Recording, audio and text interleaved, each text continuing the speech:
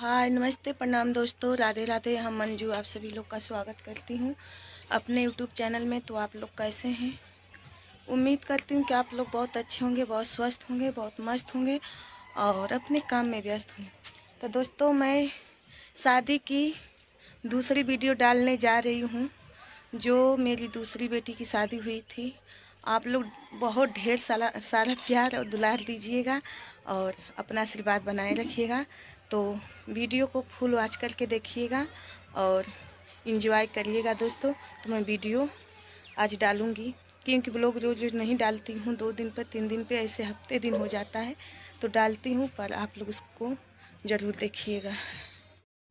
तो हेलो दोस्तों, तो देखिए हम लोग दूसरी बेटी को मंदिर में लेके आ गए हैं और दूसरी बारात उधर अभी रुकी हुई है। अभी उसका सारा कार्यक्रम बाकी है। तब तक हम लोग सोचें कि इसका मंदिर से करना है, तो इस बेटी को हम लोग मंदिर लेके आ गए और माँ जी के मंदिर में आ गए हैं और शादी की तैयारी हो रही है। देख रहे हैं कब तक शादी हो जा रही है। माता रानी का कृपा और माता रानी का दुआ हमेशा सब पर बना रहता है, उसी तरह वर वधू पे भी बना रहेगा दोस्तों। तो आप लोग भी मेरी वीडियो को फुल वॉच करके देखिएगा, क्योंकि वीडियो बनाने में बहुत मेहनत लगता है दोस्तों। क्या बताएं, बहुत लोग की गालियां सुननी पड़ती है, बहुत लोग की ताने सुनना पड़ता है। पर यहाँ लाइट है पर उतना उजाला नहीं है। वीडियो कैमरा वाले भैया हैं तो थोड़ा उजाला कर रहे हैं। तो कर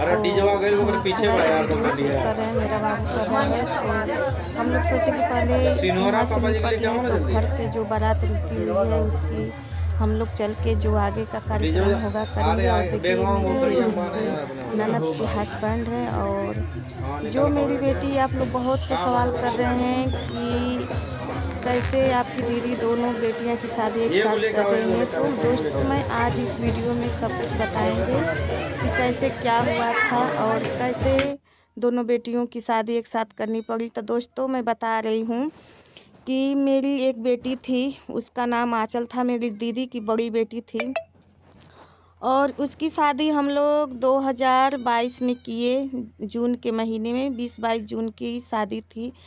बहुत अच्छे से शादी बीत गया और अच्छे से सब कुछ बीत गया दोस्तों। पर मेरी बेटी की किस्मत में कुछ ऐसा लिखा था कि उस होनी को कोई टाल नहीं सकता, अनहोनी हो गई। तो दोस्तों, हम बता रहे हैं कि उस बेटी का शादी हम लोग बहुत धूमधाम से किए थे और पहली भूख प्यास की लड़की थी, सबसे बड़ी थी घर परिवार में, तो हम लोग बहुत अच्छे से किए थे दोस्तों। तो उस बेटी के हस्बैंड से मेरी बेटी के पेट में शादी में ही गई, तब तक मेरी बेटी का पेट में बच्चा रह गया दोस्तों। और बच्चा सब कुछ अच्छा चल रहा था, पर 9 महीना पूरा होते होते मेरी बेटी का जब लास्ट महीना चल रहा था, मेरी बेटी बहुत मेहनत कर रही थी, बहुत मेहनत कर रही थी और ऑपरेशन से भी डर रही थी। डॉक्टर ने बोल दिया था कि इनका नॉर्मल बच्चा नहीं होगा, ऑपरेशन से होगा। मेरी बेटी उसी समय बहुत डर गई थी। और जब उसका लास्ट महीना चल रहा था और उसके जब पेट में दर्द हुआ, लोग लेकर दवाखाने गए। दवाखाने में दोस्तों लेकर गए, पर लेट भी हो गया कि कैसे माता रानी का इतना ही दिन के लिए वो आई थी कि क्या हुआ अब भगवान जाने। पर मेरी बेटी अपना जो कोख में बच्चा पल रहा था उसको भी नहीं देख पाई और अपना जीवन भी नहीं जी पाई दोस्तों। मेरी बेटी 7 नवंबर 2023 में एक्सपायर कर गई और इस दुनिया को दोस्तों चली गई। तो हम लोग सोचें कि चलो, इस बेटे का क्या गलती है, इस दामाद की कोई गलती नहीं, जो जितना दिन के लिए आता है उतना ही दिन के लिए होता है। तो दोस्तों, उसी में जो बेटी मेरी थी उसी के हस्बैंड से हमारी दीदी ने अपने छोटी बेटी को उनके हाथ में सौंप दिया और दान कर दिया कि आप ले जाइए, मेरी एक बेटी तो चली गई, दूसरी बेटी दे रहे हैं, इसका ख्याल रखना और इसको संभाल कर रखना, क्योंकि जान बहुत कीमती होता है दोस्तों। जो जान चला जाता है वापस नहीं आता है, पर जो जान रहता है उसका ख्याल रखना बहुत उचित रहता है। तो इसी के वजह से दोस्तों मेरी दीदी ने दोनों बेटियों की एक ही साथ मतलब की, और दोनों जो 2 बारात आई है दोनों एकदम सगे भाई हैं, एक माँ से पैदा हुए हैं और ये दोनों एक ही माँ की बेटी हैं, एक पिता की बेटी हैं और दोनों भाई हैं। तो इससे हम लोग का कोई वो नहीं है, सब अपने अपने कर्म का जो होता है वो तो निभाना पड़ता है। तो अपना शादी विवाह दीदी मेरी कर दी कि जाओ अब अपने घर में रहो, अपने घर परिवार में खुशहाल रहो। तो दोस्तों यही सब बात है। तो हम लोग सोचें कि भाई ये बड़े हैं, तो छोटे वाली की शादी अभी मतलब द्वार पे रुकी हुई है और इनकी शादी हम लोग सोचे कि जब मंदिर से करना है और मांगों में शोभा नहीं दे रहा था दोस्तों, इसलिए हमारा दिल कहा कि नहीं इनकी शादी मंदिर से हम लोग कर दें पहले, फिर इसके बाद दोबारा मतलब वो लड़की का घर से शादी होगा। तो इसी की वजह से पास में मंदिर था माता जी का और हम लोग मंदिर लेके आ गए। और यहाँ पे जो रस्म है शादी विवाह का हम लोग कर रहे हैं, पंडित जी अपना कर रहे हैं। और जो मेरी बेटी एक्सपायर कर गई थी भाई, अभी तो उनका सुहाग बना था, वो 7 जन्म तक सुहागिन ही बन के रहेंगी, सबके किस्मत में नहीं होता है। तो दोस्तों आप लोग बार बार सवाल करते थे, आज मैं इस वीडियो के माध्यम से मैं सब आप लोग को बता दी हूँ कि नहीं ऐसे ऐसे मतलब करके शादी हुई। तो मेरी दीदी बहुत गरीब है दोस्तों, और गरीब तो खास नहीं है, हर चीज़ से अच्छी है, पर जिसका पति जान ही सकते हैं आप लोग, जिसका पति सही नहीं रहता है ना, तो उसका जानिए कि दुनिया में कोई नहीं है। जब दुख पे दुख मिलेगा और सुख का कोई वो नहीं रहेगा, तो वही बात है, वही चिंता लगा रहता है। और देखिए अब मतलब पंडित जी अपना जो विधि विधान है कर दिए और अब सिंदूरदान की बारी आ गई है।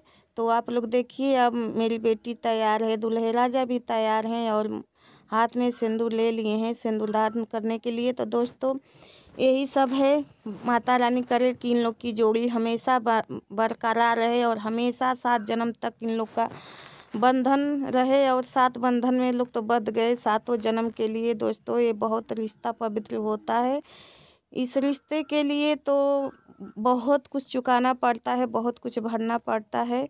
तो आप लोग देख सकते हैं कि अब शादी हो रही है, अब सिंदूरदान हो रहा है दोस्तों। तो मैं माता रानी से आप लोग से ही दुआ करूंगी कि आप लोग अपना प्यार भरा आशीर्वाद वर वधू को ज़रूर दीजिएगा। कमेंट में ये भी लिखिएगा कि नहीं दोनों की जोड़ी हमेशा सलामत रहे, भगवान इन लोग को सलामत बनाए रखे।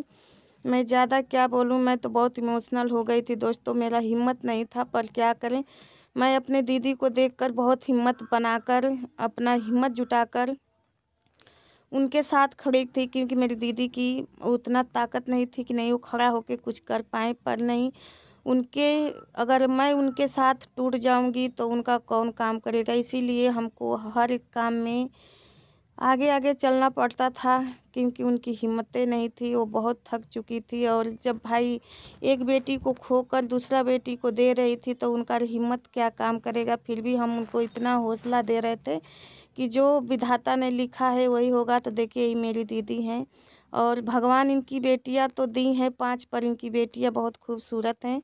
माता रानी ने बेटियां दें तो ऐसे ही दें, और बहुत इज्जतदार भी हैं मेरी बेटी, किसी से इतना मतलब बोलती चालती नहीं है, सब अच्छे से रहती हैं।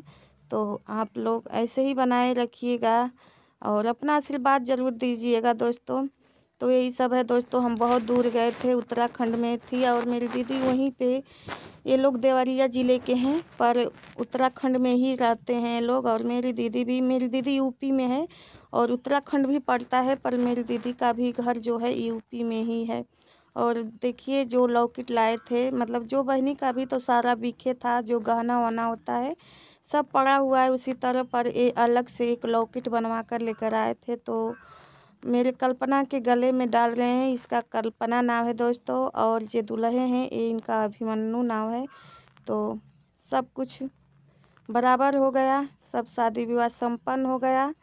और देखिए हाथ में पंडित जी रक्षा बांध रहे हैं और अपना मंत्र जो भी दान पुण्य करने का होता है भगवान के आगे माथा टेकना होता है, वही संकल्प छोड़वा रहे हैं और संकल्प छूट जाएगा और सब संपन्न हो गया दोस्तों। यहाँ पे शादी बड़ी वाली बेटी का, तो अब हम लोग चलेंगे घर पे। अभी वहाँ पे भी बारात रुकी हुई है और सब गुस्से में है, पर बारात बहुत लेट से आई, बहुत लेट से 11:30 बजे तो लोग बारात लेकर आए दोस्तों। इन लोग को भी समझना चाहिए था कि नहीं, जब 2-2 बेटे की शादियाँ हैं तो हम बारात को लेकर अच्छे से चलें और थोड़ा जयमाल सिस्टम होता है तो ये होता है कि बारात 5 बजे 6 बजे लड़की वाला के घर पहुंच जाना चाहिए, पर ये लोग इतना लापरवाही किए, इतना लापरवाही किए कि क्या कहें। हम लोग का शब्द नहीं था कि इन लोग के आगे हम लोग क्या कहें। चुप रहने में ही भलाई होता है दोस्तों, क्योंकि हम लड़की वाले हैं, लड़की देते हैं तो अपना चुप ही रहते हैं। और देखिए ये बगल में जो चश्मे वाले हैं यही मेरे बेटी के ससुर जी हैं, यही ससुर जी हैं और बहुत कंजूस भी हैं, बहुत कंजूस हैं, इतना कंजूस हैं कि हम क्या बताएं।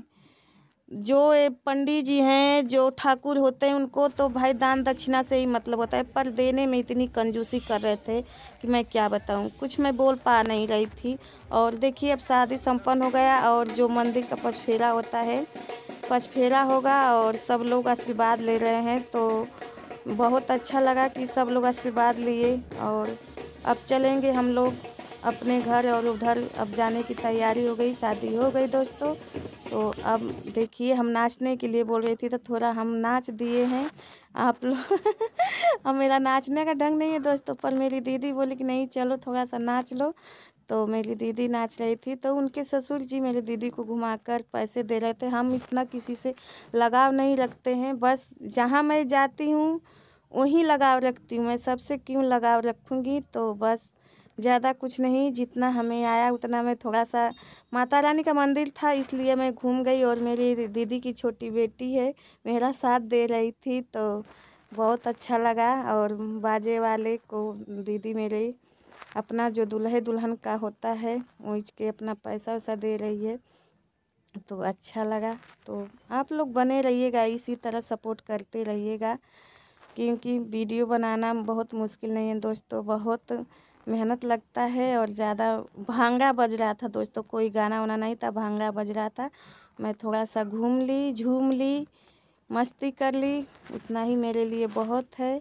तो देखिए ही मेरी बेटी रानी है, आप लोग बहुत ढेर सारा आशीर्वाद दीजिएगा कि इन लोग की जोड़ी हमेशा बनी रहे, जहाँ रहें तहाँ खुश रहें, मस्त रहें लोग, और अपने जीवन की नई शुरुआत शुरू करें और खुश रहें दोस्तों। तो सबको राधे राधे, जय माता दी।